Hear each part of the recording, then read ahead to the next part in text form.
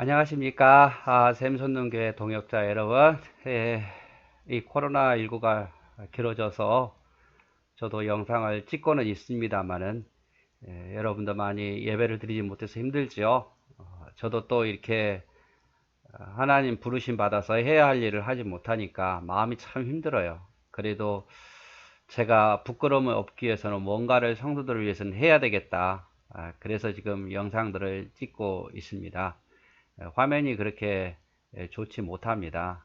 노트북이 그렇게 좋은 게 아니라서 또 이렇게 화면이 깨지고 나와서 좀 더 잘해주고 싶은데 또 금액이 들어가잖아요. 그래서 이해해 주시면 고맙겠고, 또 이 영상을 찍다 보면 두 번, 세 번 다시 찍으려고 하면 너무 힘듭니다. 그래서 좀 부족하더라도, 목소리가 좀 적더라도, 그리고 조금 발음이 안 되더라도 두 번 찍지 않을 거니까 여러분들이 좀 양해해 주시면 감사하겠습니다. 우리가 지금 이까지 사사기 맨 처음에 보았죠. 물론 그 전에 그 고난 주간에 새벽 예배를 이렇게 영상으로 올려드렸고, 그 다음에 사사기를 한 40 몇 강 본 것 같고, 그리고 이제 요한계시록을 또 한 40 몇 강 우리가 보았지요. 이번에는 뭘 할까 한 두 달 전부터 고민을 하고 조금씩 준비해 왔습니다.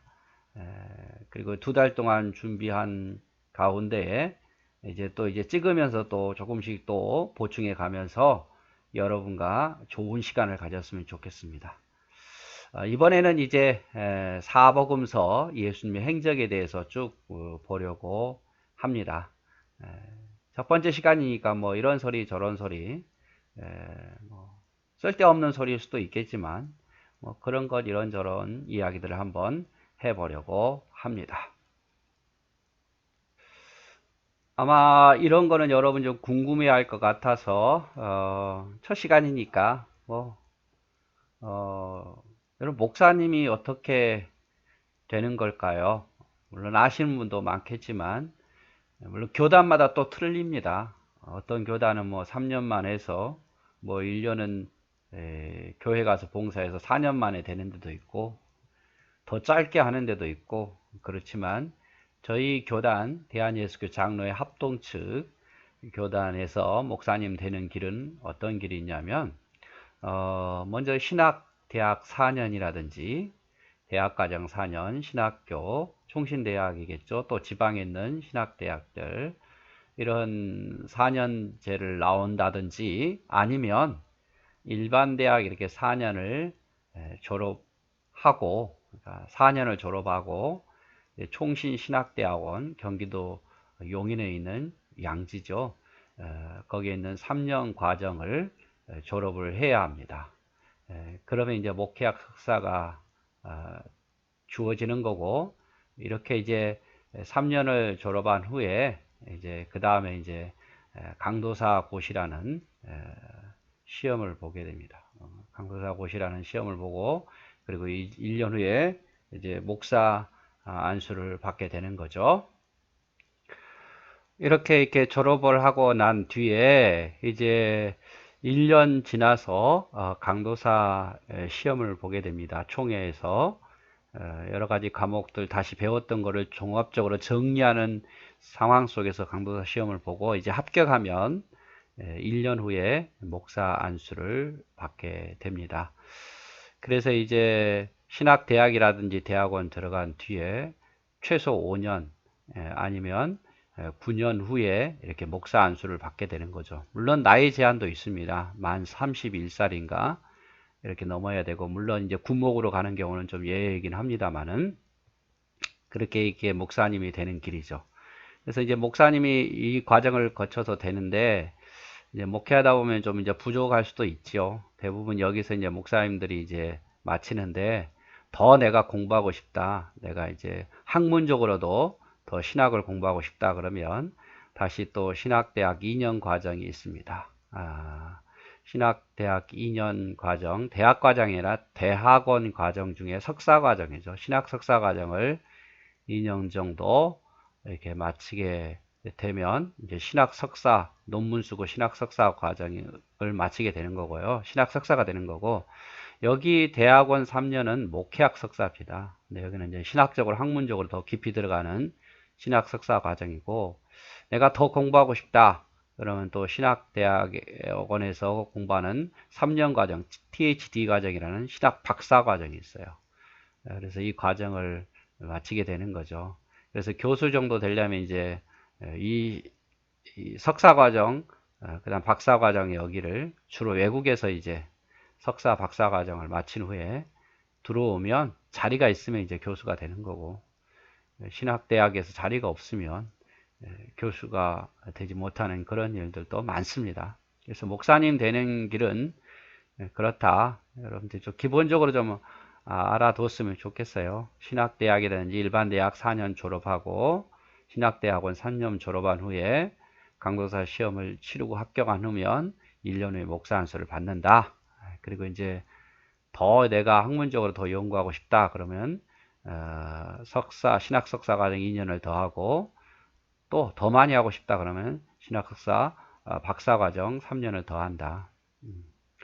저는 여기까지 하고 석사 과정까지만 하고, 박사 과정은 너무 어려워서요. 경비도 그렇고 못했습니다. 그럼 이제 신학교에서 또 무엇을 배우나 궁금하시죠? 목사님들은 도대체 무엇을 배울까? 신학교 가서 크게 보면 이제 성경신학이라고 그래가지고, 여러분 아는 성경 있죠? 성경을 배웁니다.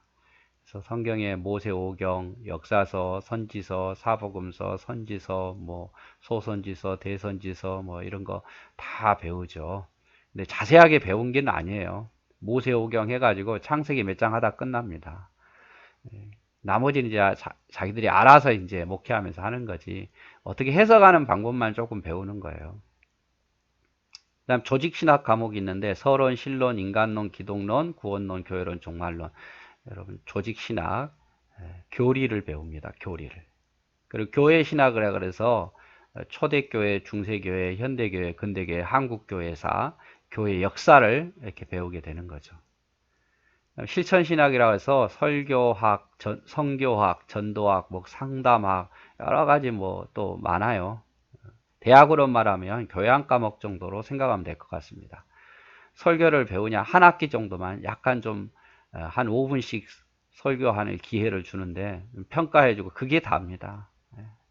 원어는 헬라어 배우고 히브리어 배우고, 영어는 기본적으로 해야 되고, 또 뭐 어떤 라틴어 배울 수도 있고 독일어 배울 수도 있고, 그런 원어를 배우게 됩니다.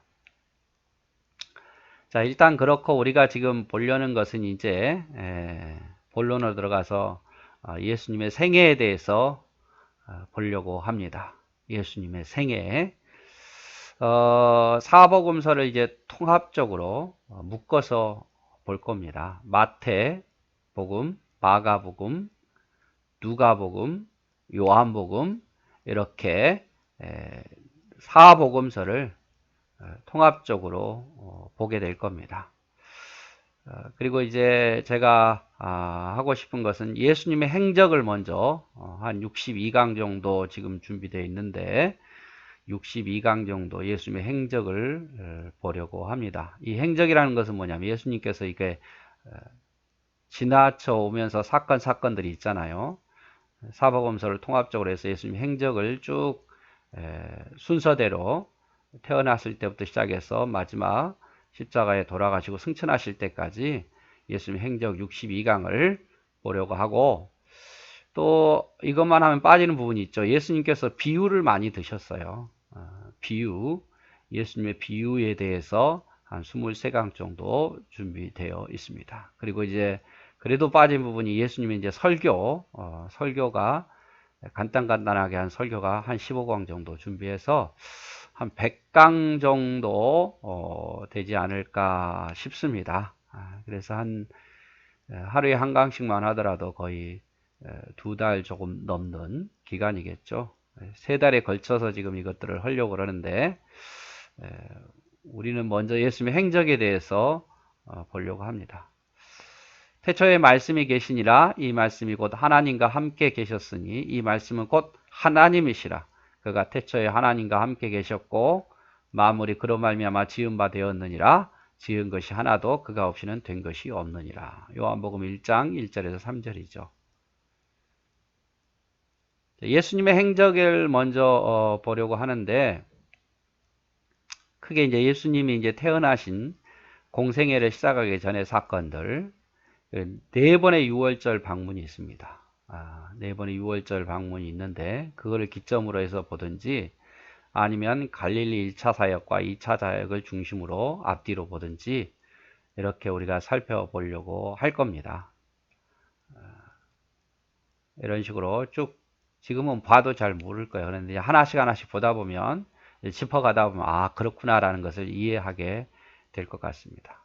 특별히 예수님의 이제 행적을 보면서, 꼭 기억해야 될 것은 이 지도입니다. 지도. 여기 지중해입니다. 지중해.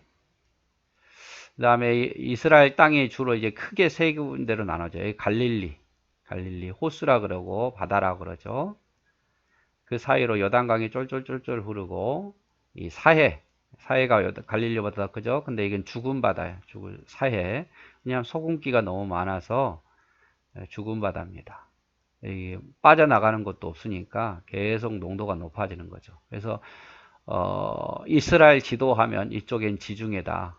위에는 갈릴리 호수, 그 갈릴리 호수부터 흐르는 요단강이 있고 이제 사해 바다가 있다. 이 정도만 크게 기억을 해도 될 것 같고, 좀 세부적으로 보면 지중해, 여기가 갈릴리, 요단강, 사해지요. 요 위쪽이 두로 시돈, 여기는 이방 지역입니다. 이스라엘 땅은 여기서부터 한 요 정도까지 이스라엘 땅이죠. 지금은 여기는 다 이방 땅이고, 요 위쪽도 이방 땅이고. 어디가 궁금하십니까? 제일 많이 나온 데가 뭐죠? 예루살렘이죠. 예루살렘. 여기 남쪽에 있고, 갈릴리는 여기죠. 예수님이 여기 고향인 나사렛, 가나 혼인잔치, 나인성 과부, 벳세다, 가다라, 빌립보 가이사랴, 두로 시돈, 가버나움, 가나 혼인잔치,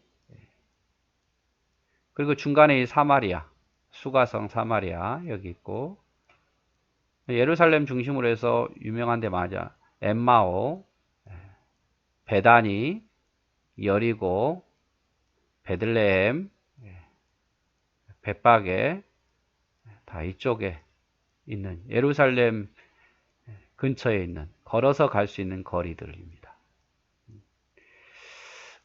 그래서 대충, 예루살렘은 밑에 있고, 사마리아는 중간에 있고, 위에 가버나움과 갈릴리, 가나, 나사렛은 다 위쪽에 있다. 이렇게 생각하면 될 것 같고, 예수님께서 주로 사역지는 이 갈릴리를 중심으로 한 가버나움 사역입니다. 그리고 이제 때가 되면 예루살렘에 내려와서 이 근처에서 사역하시고, 지나가다가 사마리아도 가고, 이렇게 또 때로는 피해서 베레아로 가기도 하고, 이런 일들이 있죠. 그래서 이제 지도를 보면은 지금은 이해 안 되겠지만, 쭉 예수님의 행적에 대해서 제가 보려고 합니다. 이런 식으로.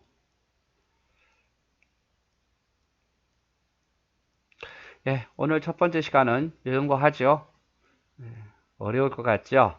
근데 또 나름대로 요한계시록보다는 훨씬 더 쉽지 않을까 싶기도 합니다. 좋은 시간 되어서 보고 안 보고는 여러분의 선택이지만 보면은 성경 보는 데 많은 도움이 될 거고, 또 열심히 보신다는 팬들도 있기 때문에 그 팬들을 위해서라도 또 열심히 준비해서 찍도록 하겠습니다. 사랑하고 축복합니다.